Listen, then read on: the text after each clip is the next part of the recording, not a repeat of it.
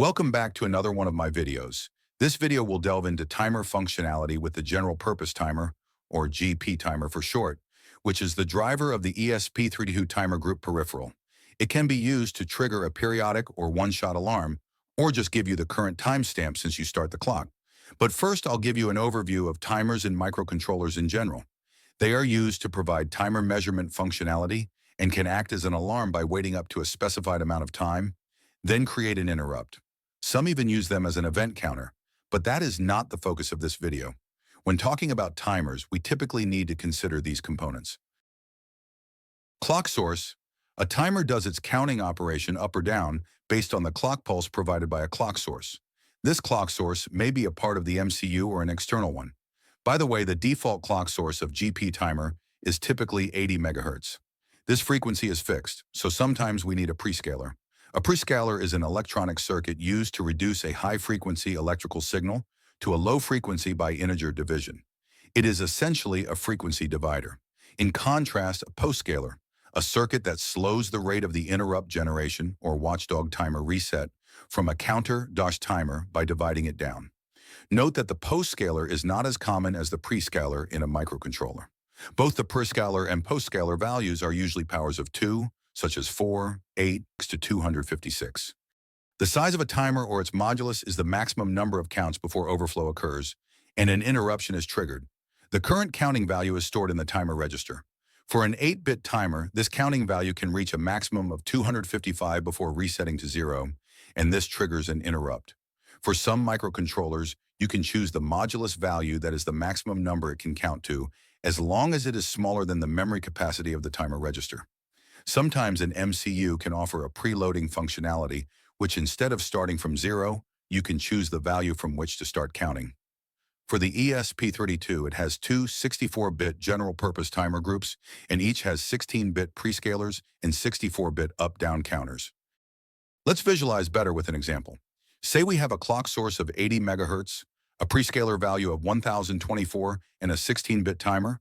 We can find out how long one tick should take, or the time for the counter to increase by 1. Take 1, divide by the frequency, then multiply it by the prescaler value. Here we get 12.8 microseconds.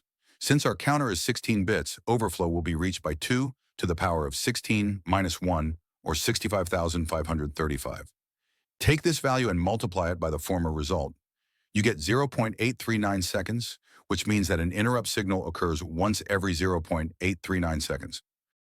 They are the underlying concept of a timer, but we are using ESP IDF, so we don't have to worry too much about the hardware abstraction layer. Still, you should know them if you are working with other microcontrollers, such as PIC or STM32.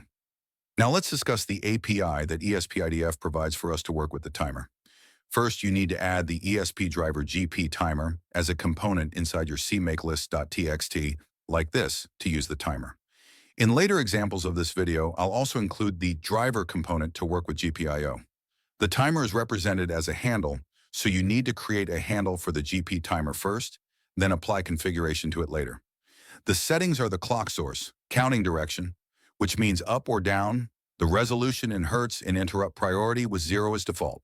You create a timer to initialize it, enable then start to run it. Note that enabling a timer doesn't mean starting to run it, and you must always use start and stop in pairs. The main program and a timer are asynchronous, which means the timer is always counting independently of program flow.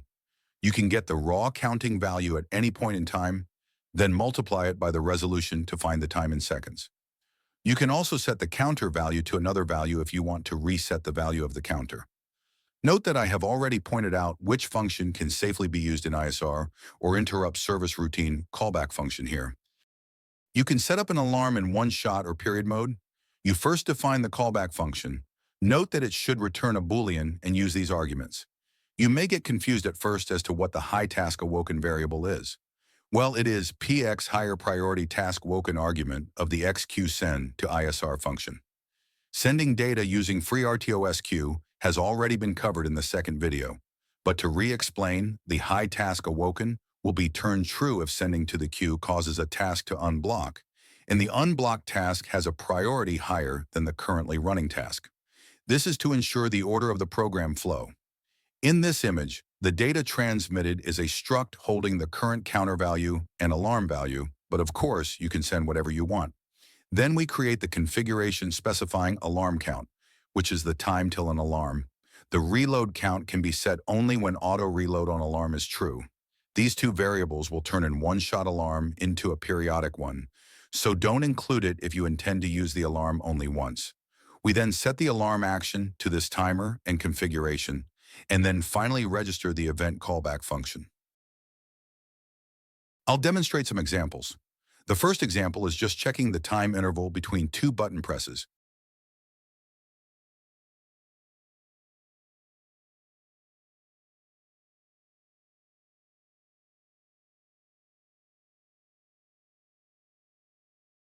The GPIO interrupt callback function decides what to do when a button is pressed.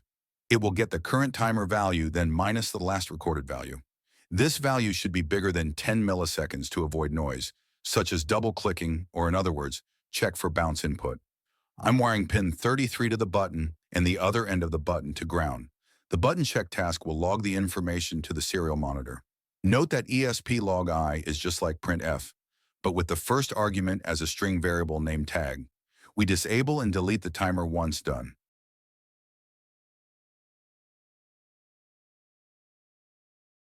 In the app main function, I start the timer first before setting up the GPIO pin to ensure the timer starts counting right when the system is powered up.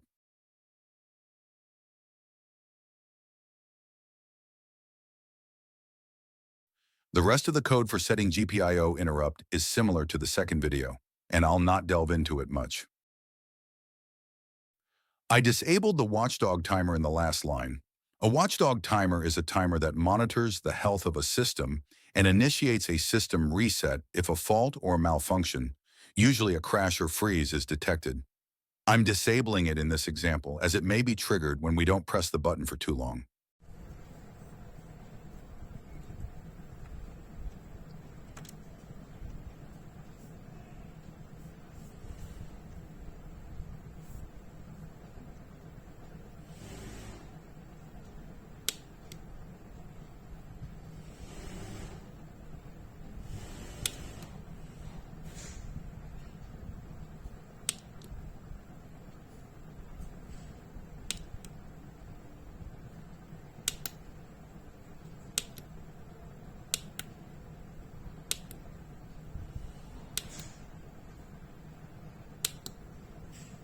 The second example is a one-shot alarm. An additional buzzer is wired to pin 32 as a GPIO pin. When we press the button, an alarm is set, and 2 seconds later, the buzzer will be playing nonstop.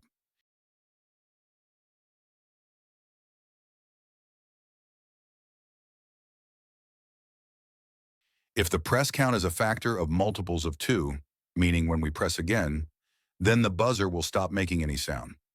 You can see later that I create the timer and alarm upon startup, but I only start the timer in the ISR function to make sure that the alarm only occurs after a button is pressed. The timer callback function toggles sound playing to true and sends this value to the queue, where the buzzer alarm task is the receiver.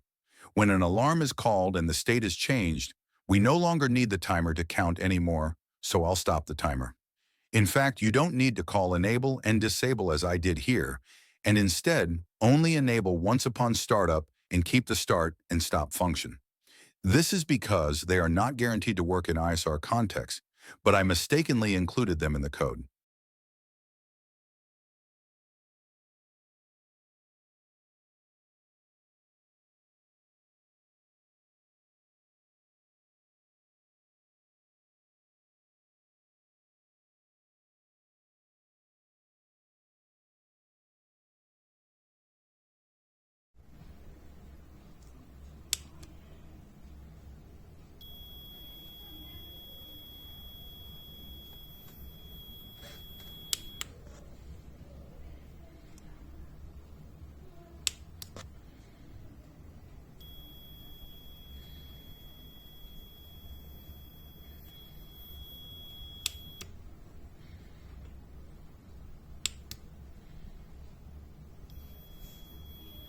We can turn the alarm into a periodic one, and this is the third example.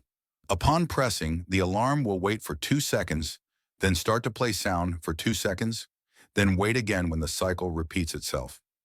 This time, the stop function will be put in the case when we press the button again to stop the sound alarm. In the alarm config, I enable auto reload and reload count to 0 to make this alarm trigger periodically. There's even another case when you can dynamically update the alarm setting in an ISAR context, and this is mentioned in the documentation. You only have to change the config and reapply in ISR callback function. However, after some experimenting, the alarm is indeed updated, but not as stable as expected. So I don't include that in this video for now, but maybe if I get it to work, then I'll update another example to GitHub.